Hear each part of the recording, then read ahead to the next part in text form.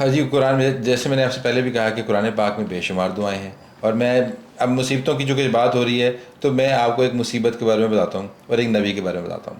حضرت یونس علیہ السلام مچھلی کے پیٹ میں جا پڑے، مچھلی کے پیٹ میں، مطلب لائک تھوڑا سا تھاٹ لے کے آئے، ذرا سوچیں کہ یار مچھلی کے پیٹ میں، آپ مجھے جس میں بتائیں کہ آپ میں سے کون ایسا بندہ ہے اس پورے پاکستان میں سے، ذرا کھنگال کے دیکھیں یا دنیا میں، جو ایسی آزمائش میں ہے کہ وہ مچھلی کے پیٹ کے اندر ہے۔ اور مچھلی کے پیٹ کے اندر دعا کیا ہے؟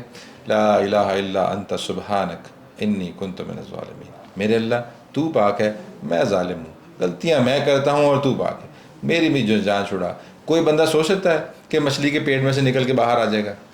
امیجن کریں، ہم امیجن نہیں کرتے، اصل میں ہم سوچتے ہی نہیں کہ یار ہم کہاں ہیں، یار میری آزمائش کیسی ہے۔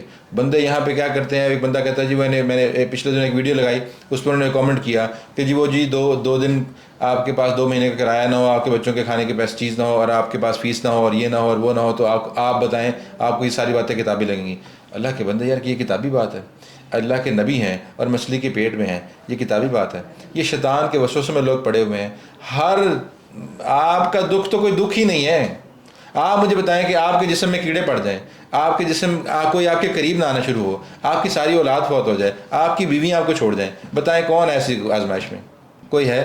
حضرت ایوب علیہ السلام تھے، اللہ کے نبی ہیں، عام آدمی نہیں ہیں، اللہ کے ساتھ رابطے میں ہیں، ڈائریکٹ نبی رابطے میں ہے نا۔ اللہ کوئی بھی نبی ہے وہ اللہ کے ساتھ رابطے میں ہے، اللہ کی طرف سے بات ڈائریکٹ اس تک آتی ہے۔ آپ مجھے بتائیں اس سے زیادہ کوئی پریشانی میں ہے؟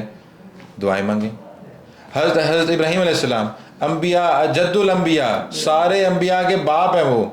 آپ مجھے بتائیں کہ حضرت ابراہیم علیہ السلام 80 سال کی عمر ہے، اولاد کوئی نہیں ہے، بتائیں کون ایسی آزمائش میں؟ باپ نے گھر سے نکال دیا ہے، کوئی پورے کے پورے شہر میں ایک بھی، پورے کے پورے شہر میں ایک بھی اب آپ کا ہم نوا نہیں ہے، کوئی آپ کا خیال رکھنے والا نہیں ہے، کوئی آپ کا دوست نہیں ہے، کوئی آپ کو ڈھارس بندھانے والا نہیں ہے، بتائیں کون ایسی آزمائش میں؟ کیا کرتے ہیں؟ دعا مانگتے ہیں، ربی حب لی من الصالحین، میرے اللہ مجھے نیک اور صالح اولاد عطا فرما۔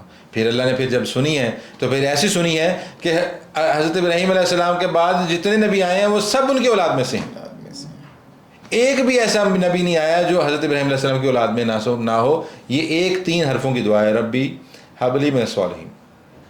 اگلی سن لے، اگلی دعا حضرت ابراہیم علیہ السلام کی، وہ پھر بچوں اپنی اولاد کے لیے دعا کرتے ہیں، ربنا حب لنا من ازواجنا وذریاتنا قرۃ اعین واجعلنا للمتقین اماما، میرے اللہ مجھے ہبہ کر، تحفہ کر میری بیویوں میں سے اور اولاد میں سے آنکھوں کی ٹھنڈک۔ اب مجھے بتائیں، آنکھوں کی ٹھنڈک لے کے چلتے ہیں آگے۔ حضرت ابراہیم علیہ السلام اپنے بیٹے کو جو ابھی چلنا پھرنا سیکھا ہے، آپ کے ساتھ بھاگنا دوڑنا سیکھا ہے، جہاں محبت بچے کے ساتھ پیک پہ ہوتی ہے، اس کو کہہ رہے ہیں کہ میں تجھے ذبح کرنا چاہتا ہوں، میرے اللہ کا حکم آ گیا۔ اور وہ کہہ رہے ہیں کہ میرے باپ، اگر آپ کو اللہ کا حکم آ گیا تو جو آپ کو حکم آیا کریں، آپ مجھے صابر پائیں گے۔ آپ مجھے بتائیں آنکھیں ٹھنڈک ہوئی نہیں ہوئی؟ حضرت ابراہیم علیہ السلام کے سارے پیسے پورے ہو گئے کہ نہیں ہو گئے؟ ساری مصیبتیں، ساری پریشانیاں، وہ 80 سال کے پریشانی، بڑھاپا ختم ہوا کہ نہیں ہوا؟ تو کیا چاہیے آپ کو؟ آپ مجھے بتائیں آپ کو کون سی مصیبت ہے؟ سوچیں ذرا، دماغ میں لے کے آئیں کہ آپ کی مصیبتیں پریشانیاں ان سے زیادہ ہیں۔ یہ سب جو ہے نا شیطان کے وسوسے ہیں۔ وہ کہتا ہے کہ میں مر گیا، میرے پہ جو مصیبت آئی ہے یہ تو دنیا کی آخری مصیبت ہے۔ بھائی آپ پہ تو کچھ آیا ہی نہیں ہے، اور آپ تو اس قابل بھی نہیں ہے کہ آپ سے کوئی لمبی چوڑی آزمائش لی جائے۔ اور اللہ نے ویسے بھی قرآن میں کہہ دیا ہے کہ لا یکلف اللہ نفسا الا وسعها، آپ کی سکت سے زیادہ، آپ کی وسعت سے زیادہ آپ کو آزمائش دی نہیں جاتی۔